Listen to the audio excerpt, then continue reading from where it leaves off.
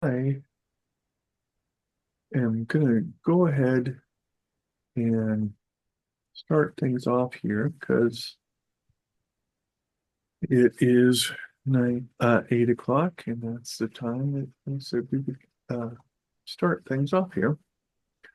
So, welcome everyone to the today's webinar, which is website ROI.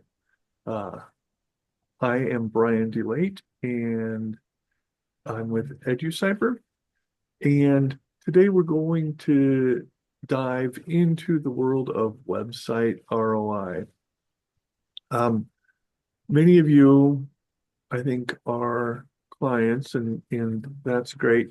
Can we just get really quickly go through and tell us your name, your company, and what you're hoping to get out of today, just to make sure that we are all on the same page here.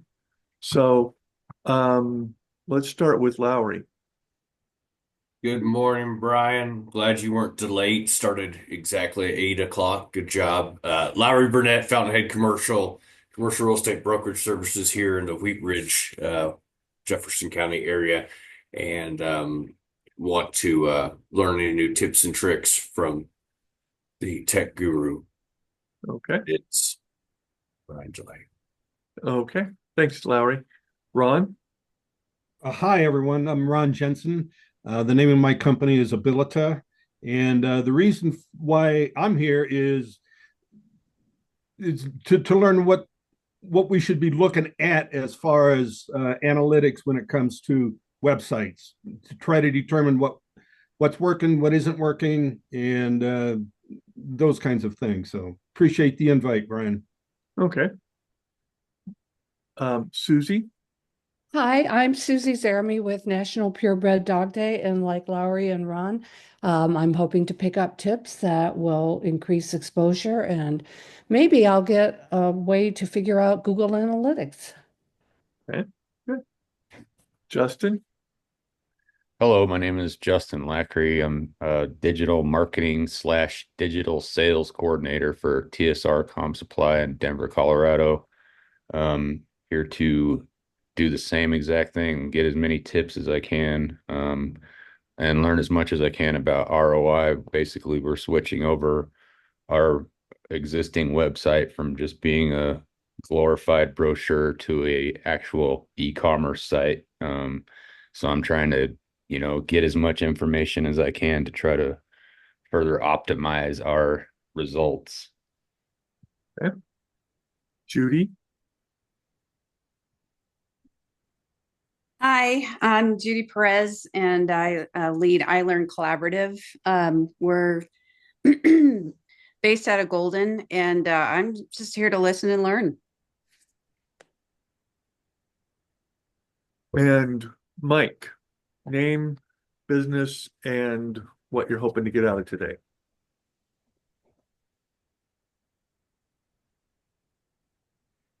And Mike is muted. Yep, there I am. Oh, Sorry. that's okay. Mike Fisher, Phoenix Technology Group. Sorry I'm late. We're an IT MSP in the Denver metro area, and I look for anything in regards to technology and how it can benefit our clients. Brian always seems to put on really good presentations in that regard. Okay. And Francisco.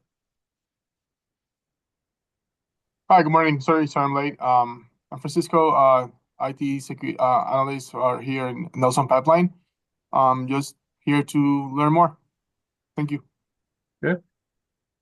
And we got more people coming on, but I'm unless anybody wants to go, I'm going to dig into the actual presentation. Okay. Well, thank you all for being here.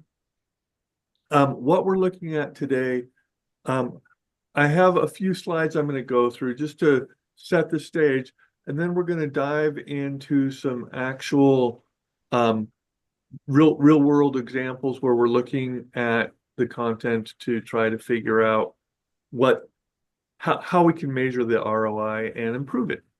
So, here we go. Oops, I gotta get in the right spot. There we go.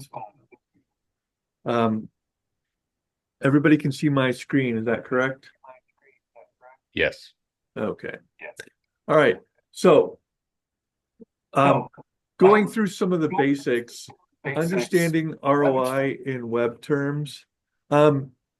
Somebody seems to have some sound reverberation. If you could maybe mute yourself. So, understanding ROI in web terms, the basics, return on investment, just to make sure we're all on the same page. Revenue minus cost divided by cost is your website's financial report card. And there's a lot of different ways to think about this in ROI. If you're not running any specific campaigns like an organic search campaign or a paid search campaign, it can be a little bit harder to figure out what is the cost, but it's the cost of both in time and whatever your time is worth, and then the money that you invest into your website. So if you're not thinking about that, it's really hard to measure the ROI because you're not going to know what you can look at the revenue coming in, but what are the costs associated with it? And it's pretty important to look at the ROI on your website, just like it is in any aspect of your business, because if you're looking at the ROI, you can see here's what we want to do, and in some cases, here's what we need to get rid of because we thought it was going to bring a lot of value and it's not. So there's two sides to that coin, and it's just important to think about those. And for the reality check, more traffic doesn't always mean more money. A lot of people come to us and say, hey, Brian, can you do SEO for our website? And SEO is the idea of driving more traffic to your website. But if you don't have any type of return on your website, if you're not getting any conversions on your website, then it's driving more traffic is just going to be frustrating because you'll be paying to get more traffic to your website and you're not actually going to get any real benefit from that. So, what are the metrics that matter? I'm going to keep things pretty simple today, but if you guys have questions at any point, feel free to interrupt and ask, and we'll go through that. And there will be time for Q&A at the end as well. So, the metrics that matter, there's just a few that we're going to look at. The conversion rate. This is turning browsers, website visitors, into buyers, or in the case of nonprofits, into donors or volunteers. So you don't want to turn them off. You want to convert them to actually becoming a buyer, and conversion is a very complex issue because you can look at, are you measuring the number of people signing up for your newsletter?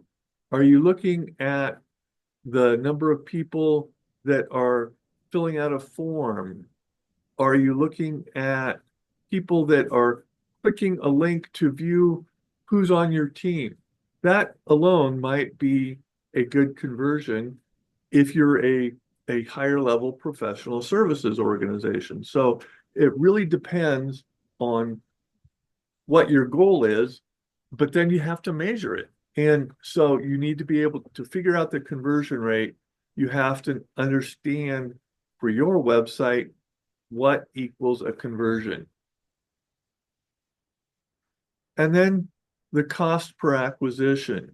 So the cost per acquisition is easy to measure if you're doing an SEO campaign or a paid search campaign, because you can say, okay, here's how much money we're paying the SEO company or the paid search company, and here's how much money we're paying Google or whatever the search vendor is, and figure out that cost per acquisition.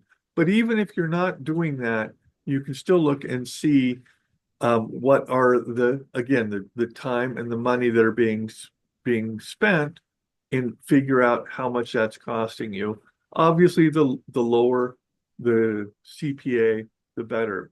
And it's our experience, especially with campaigns, that the cost per acquisition at first is going to be relatively high. But as you narrow that down and are able to get more data so that you can see what's actually converting, then you can begin to lower that cost of acquisition. And the third one is the customer lifetime value. And whether you're looking at donors, at volunteers, new customers, or continuing to engage existing customers, that customer lifetime value is really key. We've been in business for 28 years, and we have clients that have been with us for 28 years. So every year for us, that customer lifetime value gets more because we've had clients for the whole time. So they don't go away. So you want to think about how can you continue to engage those people. And how do you do that? Well, the main tools that we're going to look at today, two of the ones, first is Google Analytics. And for if you're one of our clients, we will sit down with you and review your analytics twice a year. And that is a really good way to understand user behavior and dig into all of the various aspects. And I'll actually walk us through that in just a few minutes. Another one is looking at heat maps. And heat maps are really cool because you can see where people are clicking. And in some cases, you can actually see where their mouse is going across the page. And it's less creepy than it sounds, I think, but I'll let you figure that out as we look at some of the examples. Excuse me. So how do you improve ROI to go from zero to hero? We all want to be like this guy up here, the Superman, improving our website ROI. So how do we do that? Number one, content is king. And many of you have heard this from me time and again. Craft compelling content that leads to action. If you don't have good content, you're not going to get very far. Just yesterday, I was meeting with a client who's a pretty high-level professional services firm, and they were looking to, as we went through their Google Analytics, we saw that even in the top, like 1,000 keywords, there weren't any generic keywords of people looking for their services. We took a look at their website and the content that they wrote, and I said, see, A, you have very little content, and B, the content that you have is very feature written instead of benefit written. And you need to think about what your client is searching for. I just before this meeting started, I was responding to another client who's trying to figure out what kind of content to write because they want to be found. It's a brand new organization, and they're trying to figure out how to be found in their area. And they got feedback from somebody that said they did a search for a generic term and they didn't show up. And so if you don't use content that uses the keyword phrases that you want to be found for, you're not going to be found. So time and again, I tell people, write good content. And yes, use AI to help write the content, but don't let AI write the content. That's a whole different topic, but that's not good. SEO magic. So, the art of being found, don't pull your hair out, just look at what you can do. That professional services company that I referenced just a minute ago, when I compared with them, their Google Analytics, the first 3 months after we launched their website to the last 3 months of, through yesterday, their search traffic had increased over 20%. And so just building a website the right way, making sure that you're using keywords, not only in the content, but using the page titles, using headings on your page to help show Google or whatever the search engine is where you're getting what's important about what you're doing. And the one thing that a lot of people neglect is images, and making sure that you're using images on your website properly is also very important for two reasons. One, because it can help with SEO, but two, for ADA reasons. If a blind person is browsing the web and they come to your website, their web reader is going to read all of the content on the page. And when it gets to an image, if there's nothing, it's called alternative text or alt text.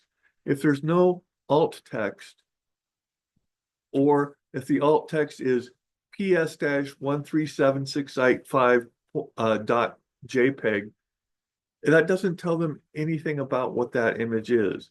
But if your image says, Mike said he's with an IT firm. If your image says MSP in the Denver area, and that's actually what the page, the content of the page is about, that boosts the SEO as well as helps the blind person understand what the image is about. And finally, the user experience matters. Don't make users regret clicking, and keep it simple. Yesterday, when I was reviewing the Google Analytics with the client, we saw that the homepage engagement time was only 19 seconds. And some people would look at that and say, oh no, that's not good. Well, other pages had much, much more engagement. And what we always tell our clients is your homepage serves two functions. One, to affirm for the browser, the website visitor, I'm in the right place. I think these guys might be able to help me. And two, to get them off of the homepage, to move them to the content that they're most interested in. And so in 19 seconds, you should be able to look at the page, get a feel that, yes, this is a good user experience. These people understand my needs. And then, oh, and here's the specific service that I'm looking for, and move them on.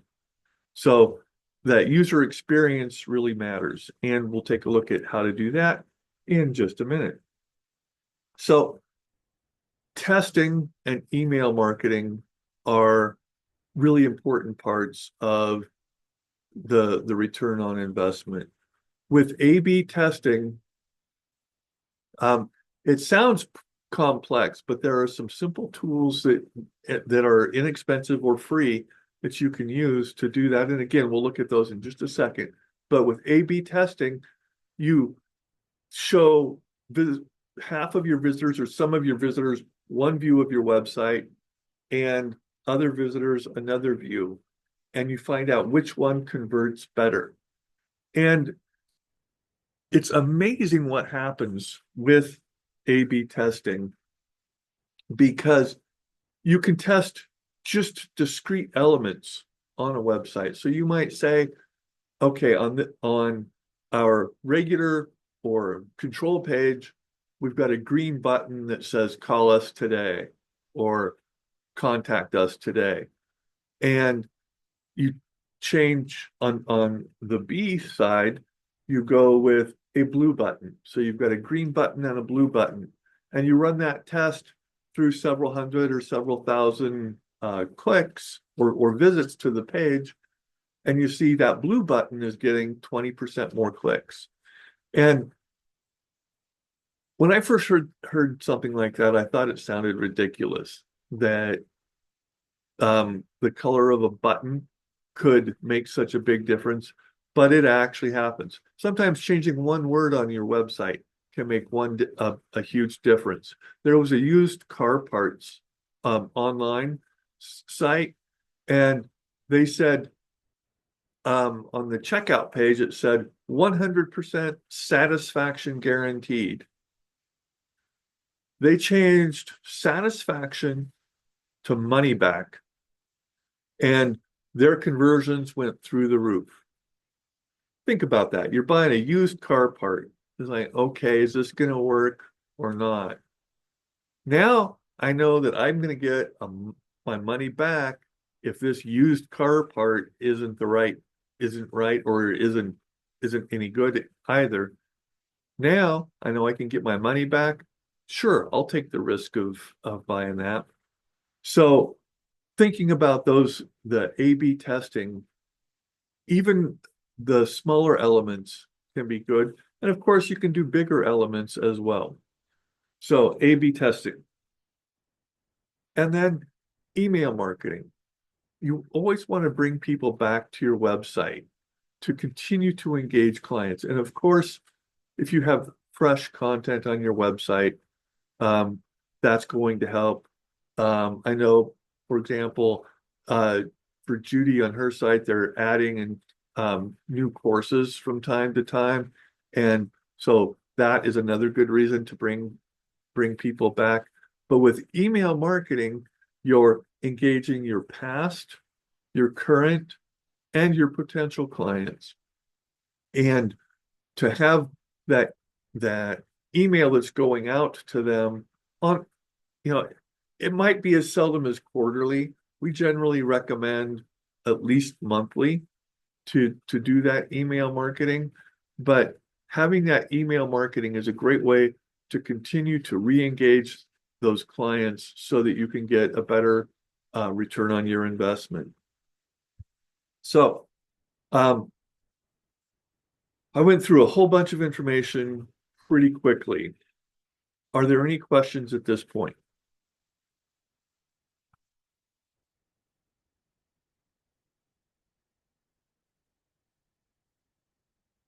Hearing none, then let me let's see, try and figure out where I wanted to start. Let's start with Google Analytics. So this is looking at Google Analytics. And for what we're looking at, this is a website that we actually inherited, I don't know, 4 or 5 years ago. And we haven't really done much with it. But it's other than keeping it up to date from time to time. And so what we're looking at here is the statistics from last year, from January 1st to December 31st. And one of the cool things that you can do with analytics, because we haven't done much of anything at all with this website, we're going to see negative results, but I think it'll still make the point. So we can see, for example, on the acquisition of traffic, organic search has gone down. Well, because we haven't been posting a lot of new content other than working to keep the list of breweries up to date. But even that has changed so much. I think we've got Blue Moon on there and they're gone. We've got AC Golden and they're gone. So, but other than that, I mean, we're still getting from organic searches over 2,000 visitors a year. Direct visitors, and we can see referral visitors, and I'll show you a little bit more information on that here in a second. But we can see where all of the traffic is coming from. And then we can dig deeper. And thinking about ROI, it's what's working.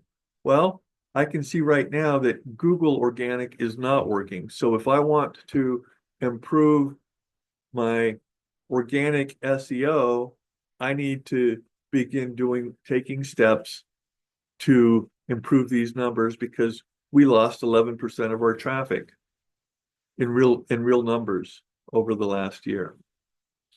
And direct visits, people who just go to the website, straight to the website, and typically direct, or this slash, means that they're just going straight to the homepage. And that's people who are just aware, they're not doing a search, they're just coming in and typing the domain and getting to the website. Oh, we saw a big increase in referral, but this is something called referral spam. So it's worthless traffic. Same thing here. Referral, these 3 referrals, actually these 4 referrals, are all referral spam that don't bring any value to us. And you don't ever want to go visit those websites, because essentially that's what they're trying to get you to do, is go visit their website so that they get more traffic. But we do see Bing results, Baidu, which is a Chinese search engine, so there's not any value in that, but DuckDuckGo, there's value in that. And we can see that there's 78 different sources of traffic, but very quickly it begins to drop off to the point where yeah, by the time you get down to Facebook, we're talking about very minuscule amounts of traffic. So you can look at traffic acquisition, and you can also look at the landing pages. And this gives you some really good insights to see what pages people are arriving at. So if it's the home page, they may have just typed it in, or it may be that the search engines have indexed the home page and said, this is where we're going to send you. But when the landing page is not the home page, it's usually because someone has done a search and the organic search results have linked not to the home page, but to one of these other pages. And so that can give you some real insights into what people are coming to. For example, Prost Brewing, that suggests that people are searching for Prost. And if you're looking for the Colorado craft beer map, then they're probably going to be coming to that page. But the real value in looking at Google Analytics is because then we can see the queries.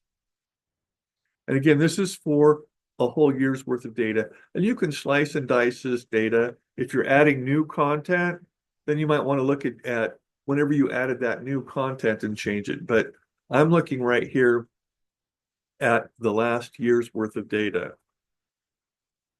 And we can see that there's 5,850 terms that Colorado craft brews appeared in the search results.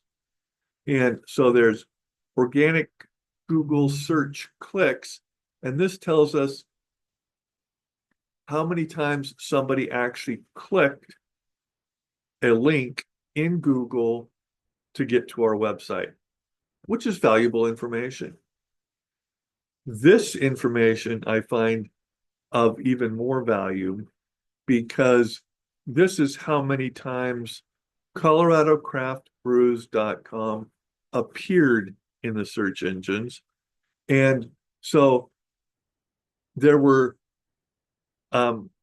over almost 9,000 searches for Colorado breweries, and we only got 102 of them. But way over here, we can see that we were generally the search position. So we were generally right around sixth in the list. So what I really like to do, this can be a little bit of a kludgy experience, but if you download this file as an Excel spreadsheet, then we can pull up the Google results. And at first blush, it looks the same, but then we can say, okay, what are we appearing in the search engines the most for? And this is where, looking at ROI, we can begin to see what Google thinks we're all about. And all of these terms are really good terms, and we're showing up a lot. But I also see breweries in Longmont, we're showing up 64th, which is, if I feel like I should be doing better with that, then I want to create content or do some other things to try to boost this term. So you can do a lot of search that way. And the real value is if we sort this by smallest to largest, and then we can look and see the things that we're ranked number one for, and that's all well and good. Some of them might be have nothing at all to do with your website. Vinyl wholesale near me has nothing to do with Colorado craft brews.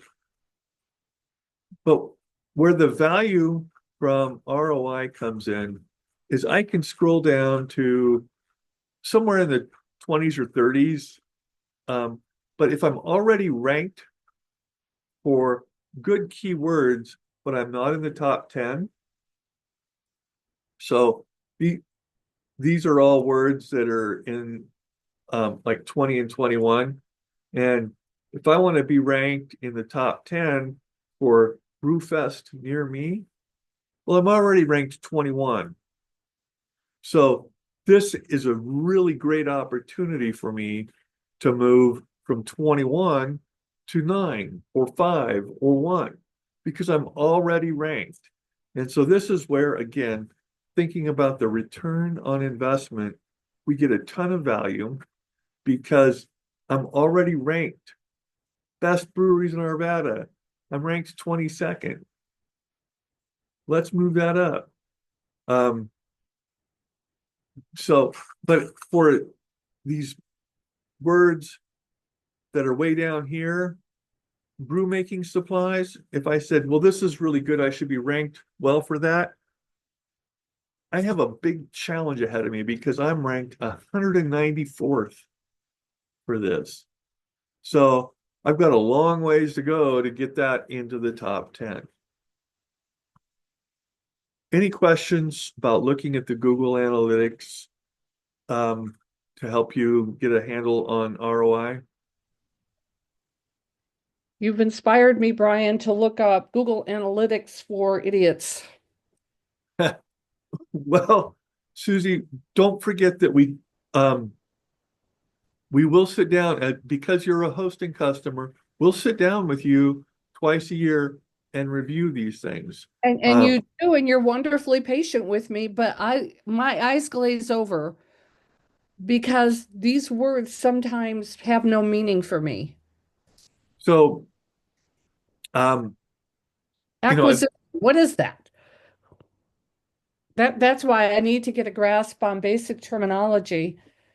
I think my brain might be wired differently than somebody who is really into data. well, and that's why we always want to help our clients figure out how to go to that next level. because you are a prolific writer, you get a lot of content, which drives a lot of traffic to your website.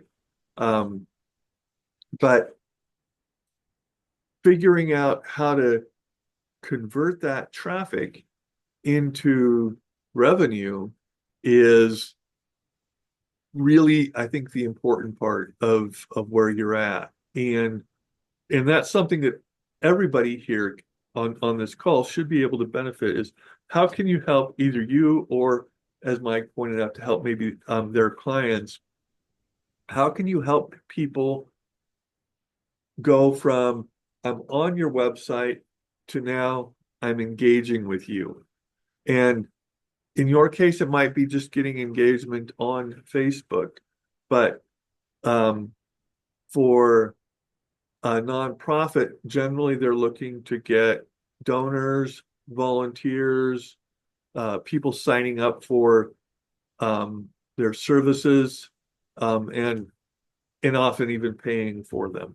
So there's just a lot of different ways that that you can measure, and it really depends on what your goal is. And that's where, the first question we ask somebody when they come to us, especially if we're designing their website, is what are your goals? Because if we don't understand what your goals are, we're not really going to be able to get very far. Hey, Brian, a quick question. I don't mean to hog the conversation, but in the screen before on the left side, you had different queries. Those are determined by what? The keywords that you use in a post or by the subject of your post? This is determined by Google. And they base it on what? Well, so actually, I shouldn't say it. So the organic Google search query. Thank you for the question, Susie, because I tend to make assumptions and I might be incorrect, but You assume that I have an the understanding of a 5-year-old, you'll be in good shape. the the organic Google search query is determined by users. So these are the actual terms that somebody, went into Google and typed fun beer facts. That just became a term that would then show up here or on this downloaded file because I typed in fun beer facts. So this is determined not by Google, but what by user. It's determined not by Google, but by what actual users have typed into their browser looking for results. And what Google is trying to do is determine if somebody searches for Colorado brews, what do we think they're looking for? And if Google, and it's their AI now that's doing most of the work, but if their AI says, we believe that this person is looking for something about what ColoradoCraftBrews.com offers, then we're going to show Colorado Craft Brews #1 in the results. And when that happens, out of those 18 searches, we got 6 clicks, which is a pretty high click-through rate, which is one point that you might be using to measure conversions, is how many people are clicking through from Google to your website. But how did they know to find you based on fun beer facts if you don't have those 3 words as keywords or in your title or anywhere in the body of the text of a post? So that's where Google is using its AI to say one of the key terms is user intent. And so Google is always trying to determine what is the user intent. And if the user intends to find, or if Google thinks the user intent is this, is that they can find the answer that they're looking for on Colorado Craft Brews, then they're going to show Colorado Craft Brews #1. And then Google can also tell, especially since we have Google Analytics installed, that how long people stay on this website. So Fun Beer Facts were ranked #1, but we didn't get any clicks. For Colorado Brews, were ranked #1. Out of the 18 searches for that, we got 6 clicks. So now Google's going to take a look and see how long did that user stay engaged on the website. And if it was longer than 5 or 10 seconds, then Google's probably going to say, okay, we think we actually gave that searcher what they were looking for. And Google says, pats themselves on the back and says, okay, let's do this more when people are searching for Colorado brews. Any other questions?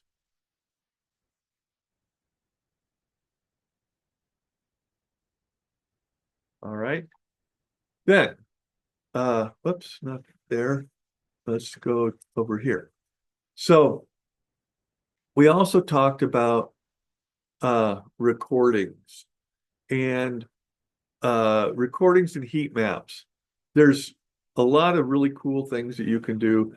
This website, and I will send this out to all of you folks who are attending today, but this is at hotjar.com, and we've got a free account, so we don't get access to all of the features that they have.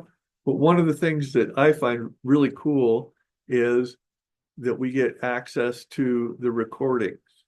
So you can see down here at the bottom that it's a 4 minutes and 43 seconds recording. I've also turned it to skip inactivity. You can see the bar here, and where there's just a smaller line, there's inactivity. And so it skips that. But I'm just going to show you, this is a newer page on our website. So yeah, this is the right one. So this was just happened on February 24th at 2:30 in the afternoon.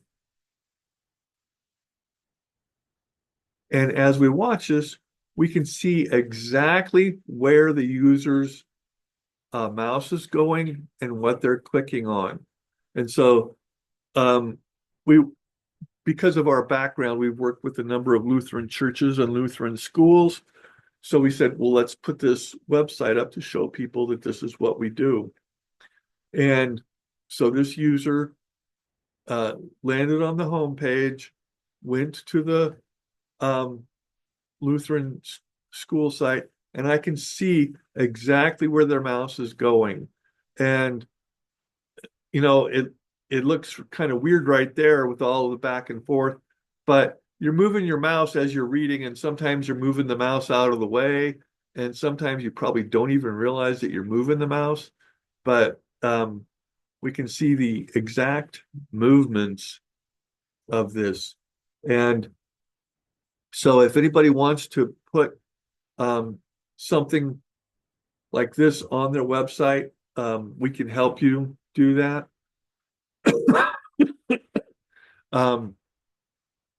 Again, you can try it for free, or you can put on the or you can put it on and then upgrade to a paid version and get even more access. So this is pretty cool because we can see exactly, they went through, they looked at the page and they said, yeah, we think these guys can do what we want. Let's request a proposal. And for obvious reasons, or hopefully obvious reasons, Hotjar doesn't show us the text that they're typing. They don't even show us the phone, any numbers on the page. They blank out. It's just they just want to show where the user's mouse is going, and we can tell if they're filling out the form. The cool part is I can go back and look on February 24th and see at 4:43, or I'm sorry, at 2:30, I can look and see who filled out that form and uh go. And yeah, here's one showing somebody signing up for today's webinar. So that is a really cool tool that you can use to see how people are using your website, where their mouse is going, and even what pages are actually getting visited. We also talked about A/B tests, but actually uh, let's see. Let's take a look just at an example of a heat map. So I showed you an actual user, but a heat map, what a heat map does is it pulls together a variety of users' data and shows you what's happening on a particular page. So I and I'm sorry, this is VWO, which is Virtual Website Optimizer. And so at Virtual Website Optimizer, I'm in the heat map section. And so I say, okay, what page do I want to see? And I want to filter the traffic by just new visitors. And then I'm going to select a specific date range.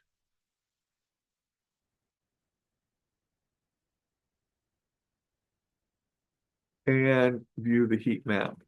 And then this is the heat map view, and you can see individual product pricing. This is really red, it's getting a lot of clicks. Up here, getting a lot of clicks and getting some clicks on other parts of this. And so you can see where people's on the recording, you could see the mouse movement.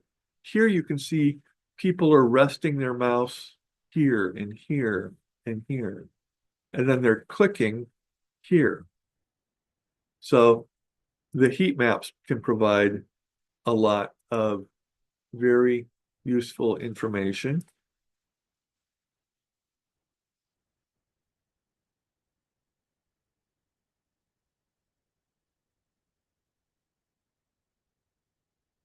And this part's also pretty cool because what we're looking at there is to see,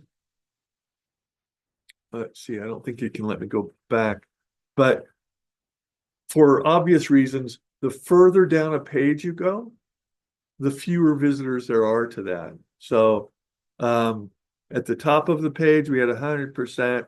By the time you get down to the bottom of the page, you're blue. And you may be feeling blue because if you're putting your main call to action way down here, guess what's not going to happen? Nobody's going to look at it. And then we can see where people are clicking, and so on and so forth. But the other part that I really wanted to show you is A/B testing. Now, I don't have anything set up here on our website, but we can look at the sample report. I briefly described this, but if we take a look at the sample report, so I've got a control. So it might be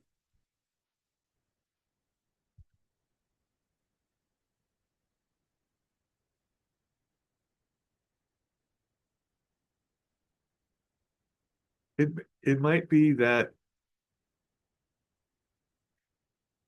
Oops. Need to look at that page. So the Colorado breweries list. This might be the control page. And then each one of these is a link. And I might say, okay, that's the control page. That's what it looks like right now. Then I create variation one.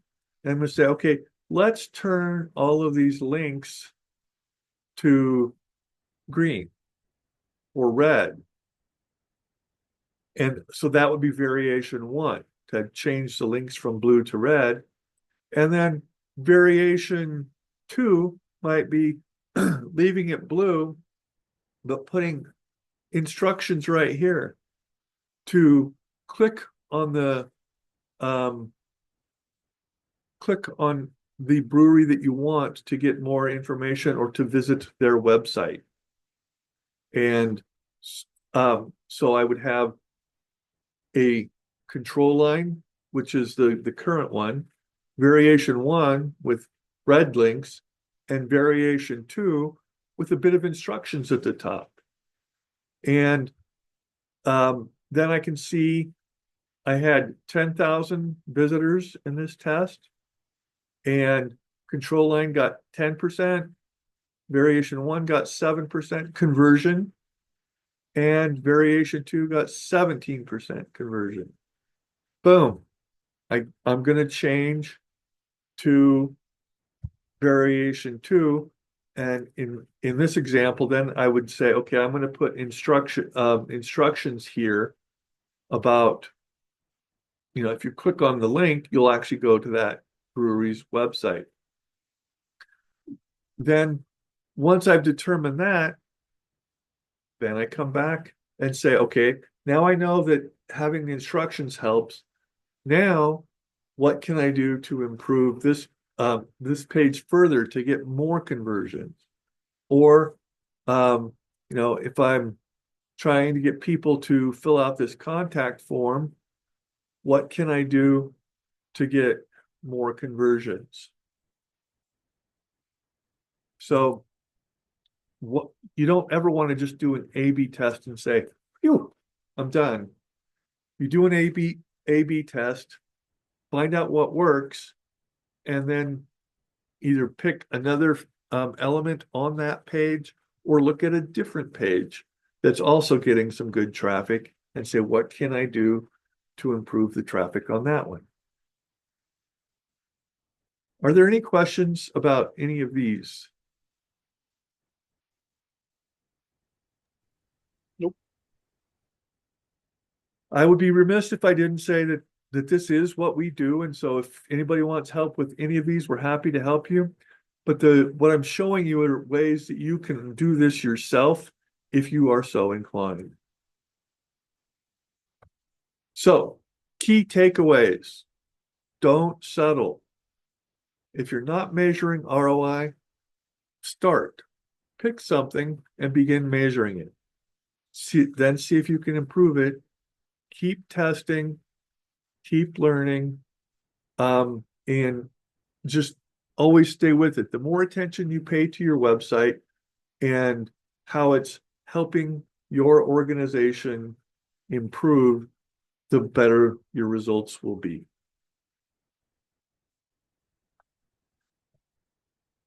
In closing, I will say EduCyber does digital marketing for business. You can you can visit us on educyber.com. We do post on Facebook, but where I'd really like to have you connect with us at is on LinkedIn. If you're not already following our LinkedIn page, you can either go to that specific URL or just go to LinkedIn and do a search for EduCyber and you'll find us and give us a follow. We're posting a lot of information. During the month of April, we're going to be looking at real world design trends and how that's impacting the digital world. And I think there'll be some fascinating bits of information. And we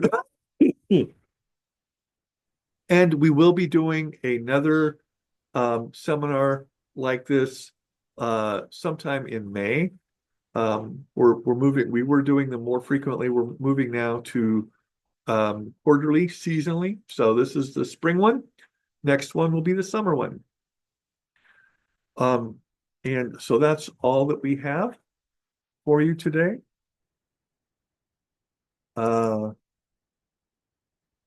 Any questions? How do you get I actually did have a question, Brian. Yeah. So on getting traffic up, would you, you have to add content, and I understand that, but would you propose pictures or descriptions with keywords are more important, or both? I would say both. Okay.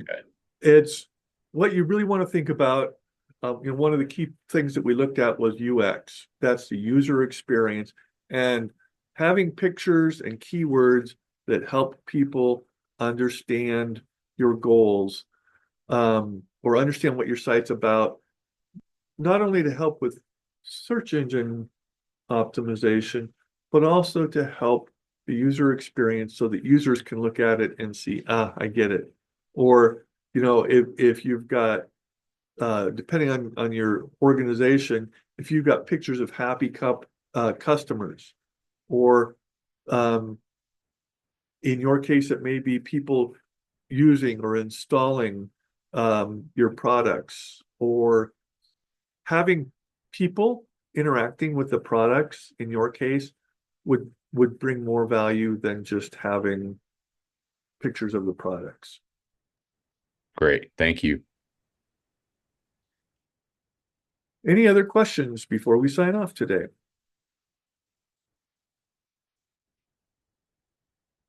Thank you all very much. And if you have any questions, please feel free to reach out to us, to Maki, to Jessica, or to me, and we're happy to help you. Thank you and have a great day.